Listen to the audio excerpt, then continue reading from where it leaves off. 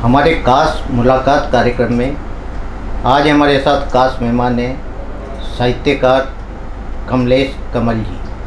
कमलेश कमल जी से इनके जीवन परिचय के बारे में जानेंगे, साथ ही इनका जो काव्य सृजन है ये कब से इन्होंने शुरू किया, इस मामले में हम इनसे बखूबी जानेंगे। आइए बात करते हैं कमलेश कमल जी से।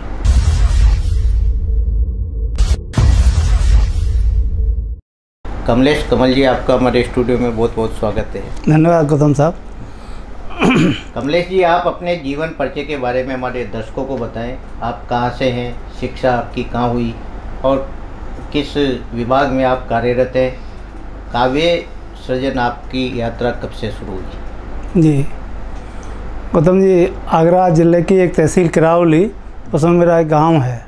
मैं साधारण कृषक परिवार में पैदा हुआ और उसके बाद शिक्षा दीक्षा आगरा और मथुरा के में हुई जी। तदुपरांत यहाँ कोटा में भारतीय मृदा एवं जल संरक्षण संस्थान में मुझे सेवा करने का मौका मिला और तब से 87 से लेकर के अभी तक यहीं हूँ। मैं यहाँ वरिष्ठ तकनीकी अधिकारी हूँ। कमलेश जी, आपका जो साहित्य सृजन कब से आपने आरंभ किया और किसकी प्रेरणा से आप इसमें आ गया है? गौतम जी, जब मैं 11वीं क्लास में पढ़ता था तो उस समय हमारे जो गुरुजी थे, हिंदी पढ़ाते थे, वह बड़े अच्छे कवि थे जी। तो वह उनकी कविताएं आकाशवाणी मथुरा से आती रहती थी, तो वह जो नई कविता लिखते थे वो क्लास में सुनाते थे। हमसे कहते थे ताली मत हो जाना, क्लास कविताएं सुनो। तो उनसे प्रेरणा ली और उन्होंने कहा कि मैं पत्रिका निकाल रहा हूँ, पत्रिका के लिए लिखिए। तो मेरी पहली कविता एक नारी सशक्तिकरण पर उस समय 81 में लिखी थी साहब। जी। साहित्य सृजन में आपके प्रेरणा स्रोत कौन रहे? सृजन में तो प्रेरणा स्रोत तो वो गुरुजी ही रहे साहब, जो 11वीं क्लास में हमको हिंदी पढ़ाते थे जी। और उनकी कविताएं आकाशवाणी मथुरा से, फिर बाद में आगरा से भी प्रसारित होती रहती थी, तो बड़ा ही बल मिलता था हमें कि लिख सकते हैं, अपन पढ़ सकते हैं। कमलेश जी, आपने जब आप 11वीं क्लास से आगे जब आपने साहित्य सृजन शुरू किया तो किन लोगों, मतलब किन साहित्यकारों का आपके इस काव्य सृजन में प्रभाव देखने को मिला? ऐसा हुआ साहब, 11वीं में जो मैंने पहली कविता लिखी जी, तो हम शाम को सोते थे। मेरे भैया भी उसी कॉलेज में लेक्चरर थे जिसमें मैं पढ़ता था और सौभाग्य से भैया भी उन्हीं के शिष्य थे जो मुझे पढ़ा रहे थे जी। तो मेरे गुरुजी ने कहा कि ये अपनी कविता बड़े भैया को दिखा लेना। मैं डर गया गौतम साहब। उस जमाने ये माना जाता था एक कविता लिखेगा ये नहीं पढ़ेगा भाई। तो वह कविता वहीं की वहीं दबा दी गई और कहीं कोई छपने में नहीं आई साहब जी। और जब भैया ने पूछा कि तू कविता लिखता है क्या, तो मैंने कह दिया हाथ जोड़ करके, नहीं भैया मैं नहीं लिखता हूँ, और मैंने वो फाड़ दी कविता साहब। वो गुरुजी को भी इन नहीं दी। तो ये जो पहली कविता थी उसका एक तरह से वहीं पर मरण हो गया था जी। फिर उसके बाद कब आपने अपने साहित्य की ओर लगातार रुख जारी रखा? हाँ, उसके बाद सब मैं 12 रहा, नौकरी जो शुरू की तो अपना ही एक प्रोजेक्ट था इसी सेंटर का, तो 12 रहा। तो 12 में जो टीचर थे श्री ब्रजभूषण चतुर्वेदी जी, वह बड़े अच्छे कवि हैं, इनकी बहुत अच्छी अच्छी पुस्तकें हैं और बड़े अच्छे दोहाकार हैं। उनके साथ हम आते जाते थे, उठते बैठते थे, तो वो लिखते थे। तो उन्होंने कहा कि भाई कविता की एक प्रोग्राम है, काव्य गोष्ठी है, तो आ जाना। तो मैंने कविता लिखनी है, मैं हाँ क्यों ना लिखनी है भाई। तो मैं कविता लिख करके ले गया साहब। वह कविता मैंने पहली बार गोष्ठी में सुनाई, तो उनको बहुत ही वो कविता पसंद आई साहब। तो फिर उन्होंने कहा कि चलो, उसके कुछ दिनों बाद 12 में डोल मेला कवि सम्मेलन था। उन्होंने कहा भाई कवि सम्मेलन सुनने चलेंगे? हमने कहा चलेंगे। हम सुनने के लिए गए तो हुआ ये सब कि जो सामने से जो कवि पढ़ रहे थे कविता, उनके छंद पढ़ रहे थे वो, तो उनके छंदों में तुकांत शब्द सही नहीं थे पीछे वाले। मैंने गुरुजी से कहा, गुरुजी चतुर्वेदी ये तो शब्द सही नहीं है, ये तो ओला गोला शोला ऐसे आना चाहिए। तो उन्होंने कहा आना तो चाहिए। तो हंस के कहने लगे वो जाट भी बड़े कवियों में कमी निकाल रहा था। हाँ, ऐसा हुआ साहब। फिर उसके बाद मैंने छंद लिखना भी शुरू किया, तो छंद लिखे। फिर कमलेश जी, आपने किन किन विधाओं में काव्य सृजन किया और किन आगे कौन सी विधा आपकी जारी है? जी, सबसे पहले मनहर छंद में मैंने लिखना शुरू किया था जी। और जैसे वरिष्ठ लोग बताते हैं बड़ा ही आसान छंद होता है ये, और आसानी से लिख जाता है। 4 छंद में 4 चरण में अपनी बात ख़त्म हो जाती है और 16-15 में एक लाइन पूरी हो जाती है शब्द में। इसके बाद कुछ गीत भी लिखे, परंतु छंद मुझे अच्छा लगता है, छंद जल्दी लिख देता हूँ। और कहानी, व्यंग, ये भी सब खूब लिखे। कमलेश जी, आपने काव्य गोष्ठियों में भी भाग लिया। जब प्रथम बार आपने काव्य गोष्ठियों में भाग लिया होगा तो कैसा अनुभव आपका रहा? वह बहुत अच्छा अनुभव रहा साहब। उस गोष्ठी में जो भी पढ़ा गया था ना, दूसरे दिन वहाँ के एक समाचार पत्र में, लोकल समाचार पत्र में छप गया। तो उस समाचार पत्र में पहली बार अपनी कविता की पंक्तियाँ देख करके और अपना नाम देख करके इतनी खुशी हुई कि यानी कोई बहुत बड़ी हमने जागीर प्राप्त कर ली है। क्योंकि बचपन में हम सोचते थे, सब मजाक करते थे साथियों में कि अखबारों में नाम छपना कोई मजाक की बात है कि अखबारों में नाम छपना, या तो डकैतों के छपते हैं या बड़े आदमियों के छपते हैं। सही बात है, बहुत। हाँ। कमलेश जी, कोई आपके जो छंद या गीत जो दर्शकों को सुनाए? जिम जुड़ते ही तार हो जाता है उजियार, यूं ही दिल दिल मिल खिलते हैं होली में। जिम जुड़ते ही तार हो जाता है उजियार, यूं ही दिल दोबारा पढ़ता हूँ। जिम जुड़ते ही तार हो जाता है उजियार, यूं ही दिल दिल मिल खिलते हैं होली में। होली जब हमारे यहाँ आती है तो एक सृजन का माहौल होता है।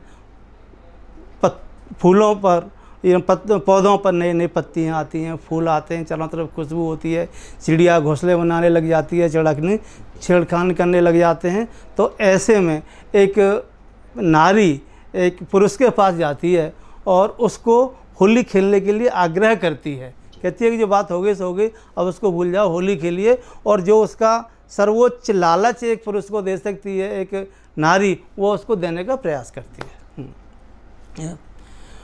क्या सुनिए, होली सो तो होली यार, अब खेल होली यार, सृष्टि को समायो सार, आजा देख होली में। आमन पे छायो बोर, ऋतुपति जैसे मोर, यौवन है ठोर ठोर, आजा देख होली में। कोयल सुनावे तान, भ्रमर मधुर गान, चिड़ा चिड़ी छेड़खान, आजा देख होली में। मल के गुलाल गाल, कर दे मुझे निहाल, कर दूंगी माला माल, आजा देख होली में। इस तरह का लालच वो देती है। और वो कि जिम जुड़ते ही तार हो जाता है उजियार, यूं ही दिल दिल मिल खिलते हैं होली में। डालो रंग हर साय, प्रेम पौध सर साय, दिल न दरक जाए होली की ठिठोली में।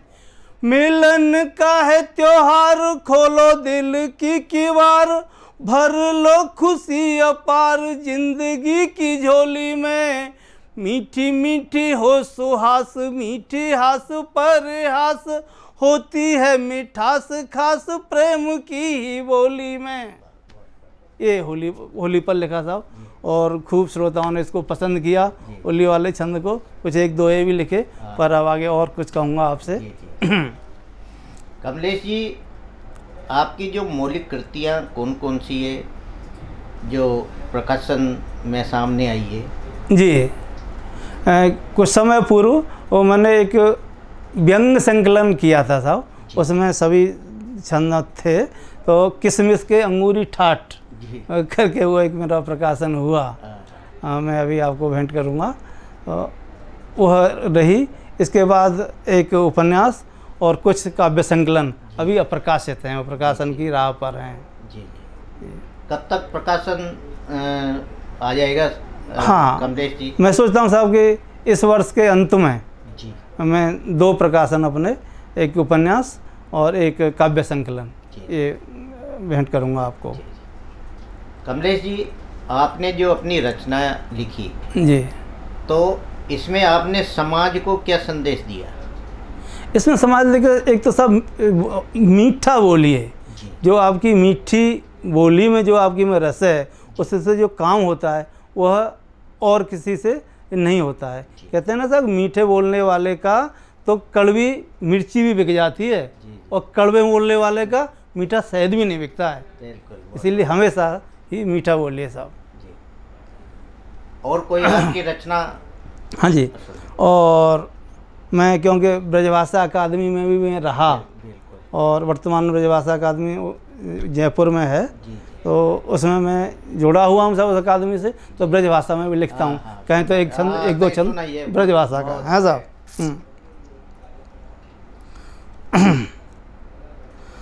साफ माटी को सो घट ना छटाक है कपट, तिमिर हटाऊं रट हितु उजियारे को। अपने लिए साफ माटी को सो घट ना छटाक है कपट, तिमिर हटाऊं रट हितु उजियारे को।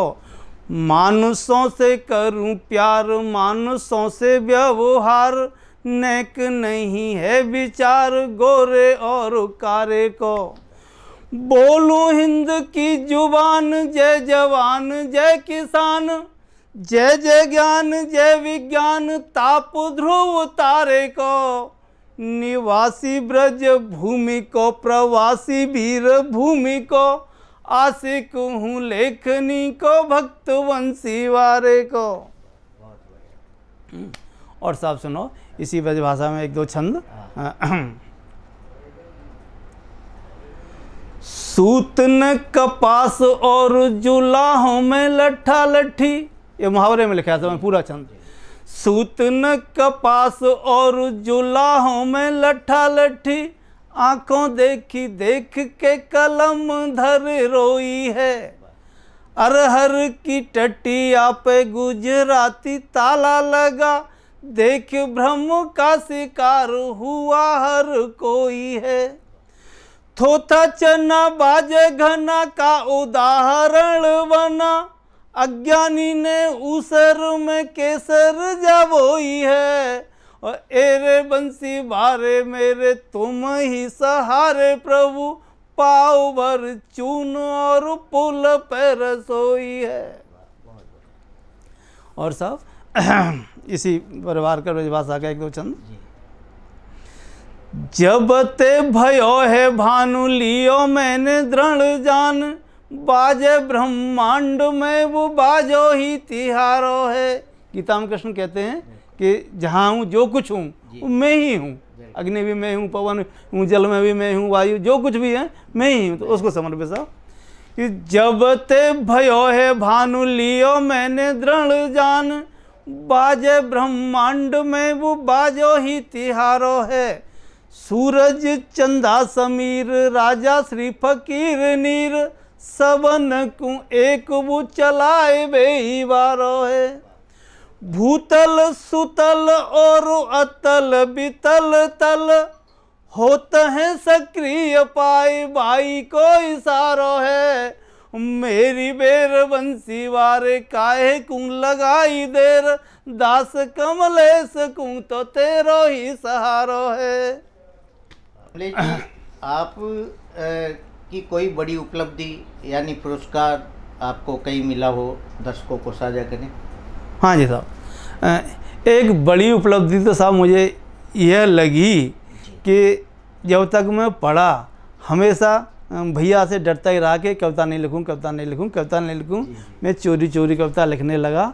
हमारे बाजू में साहब दीनदयाल धाम है फरह के पास, जहाँ हर वर्ष बहुत बड़ा मेला लगता है, जहाँ के अपने अटल बिहारी वाजपेयी जी जैसे कवि भी वहाँ आए। तो मुझे वहाँ पर कविता पढ़ने के लिए निमंत्रण मिला, यहाँ से कोटा से। जब मैं कोटा में वहाँ से कविता पढ़ने के लिए गया तो वहाँ संयोग ये था साहब कि जिन गुरुजी ने मुझे पढ़ाया था 11th 12th में, वह गुरुजी भी ने भी सामने बैठ करके मुझको सुना और बाद में आकर के मेरी पीठ थपथपाई कि वाह भाई इतना नाम रोशन कर दिया। नहीं, हम तो यूँ समझते थे कि हिंदी में इसके बढ़िया नंबर आते हैं तो इसके भैया की वजह से आते हैं, पर तू बढ़िया काम कर रहा है भाई। वह बड़ा मौलिक पुरस्कार था साहब, वह मुझे सबसे बड़ा लगा। और गुरु जी की प्रेरणा से इसके बाद में फिर और लिखने लगा था। कमलेश जी, आप सरकारी सेवा में हैं और आपका जो साहित्य सृजन अनवरत जारी रहेगा, क्या मानना है आपका?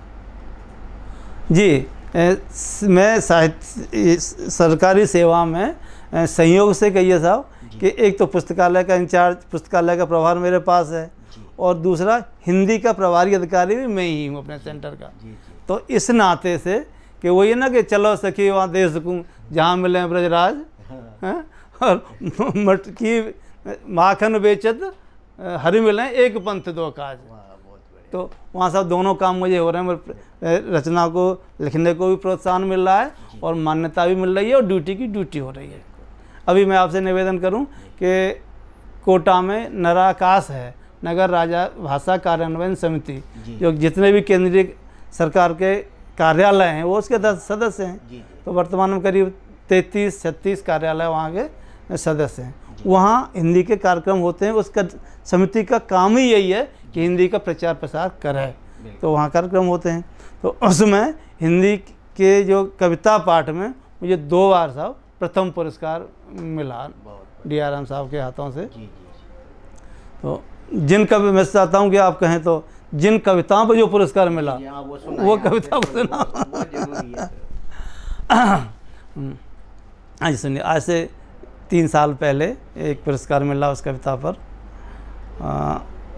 और वह स्टेशन पर बैठ कर के मैंने लिखी। सर संयोग ऐसा बना कि मैं नगर में कविता पढ़ने के लिए जा रहा था, तो एक आदमी को पुलिस बार बार पकड़ के ले जा रही थी रेलवे से, टिकट खिड़की से। बाद में पता चला कि वो पागल है। अच्छा। तो जी, फिर मैंने भरतपुर जब पहुंचा तो वहाँ टाइम था नगर से जाने का, वहाँ बैठ कर के उस रचना को पूर्ण किया। निवेदन करता हूँ साहब, उसी पागल से बात उठाता हूँ। दिन भर नाच नाच करके तू पैसा 4 कमा तो लेता, बदले में तेरा यह मालिक रोटी 4 थमा तो देता। यह क्या जाने क्या घटती है तुझ पर भीड़ हंसाने में, सिर्फ आम से काम इसे क्या रखा पेड़ फसाने में। देह दीप की जल जल कर ही नैनों के हित काजल होता, भोले जीव मदारी मरकट सुख होता यदि पागल होता। ये पागल की बात है। और क्या होता सब पागल होता कि पागल होता तो अपनी ही मस्ती में हंसता, अपनी ही मस्ती में गाता, रूखा सूखा प्रेम भाव से जो मिल जाता सो सब खाता। लोक लाज का भय ना होता, रिश्तों की परवाह न होती, पत्थर सभी समान दिखते, हीरे पन्ना माणक मोती। अपना सुख सर्वोपर होता, अपनी धुन का कायल होता, भोले जीव मधारी मरकट सुख होता यदि पागल होता। बहुत और साहब कि अंग और प्रत्यंगों का आदमी दुखी क्यों होता है? मोह के कारण। कि अंग और प्रत्यंगों का यदि आपस में संबंध न होता, अपराध अंग और प्रत्यंगों का यदि आपस में संबंध न होता, अपमानों के वार झेलता 8-8 आंसू नहीं रोता। ज्ञानी के सम ही सम रहता, सुख और दुख के भावों में, मन मकड़ी सा नहीं उलझता, ऊंच नीच के दावों में। सूखी वसुधा को जल देता, भरा हुआ यदि बादल होता, भोले जीव मदारी मरकट सुख होता यदि पागल होता। और साहब अपने यहाँ कहावत है कि जब जग जाए जब ही सवेरा। तो इस कविता का अंतिम स्पर्श, अब भी समय जाग जा भ्राता, उगने लगा भानु प्राची में। अब भी समय जाग जा भ्राता, उगने लगा भानु प्राची में। कब तक बनता अन्न रहेगा, मतलब की चलती चाखी में।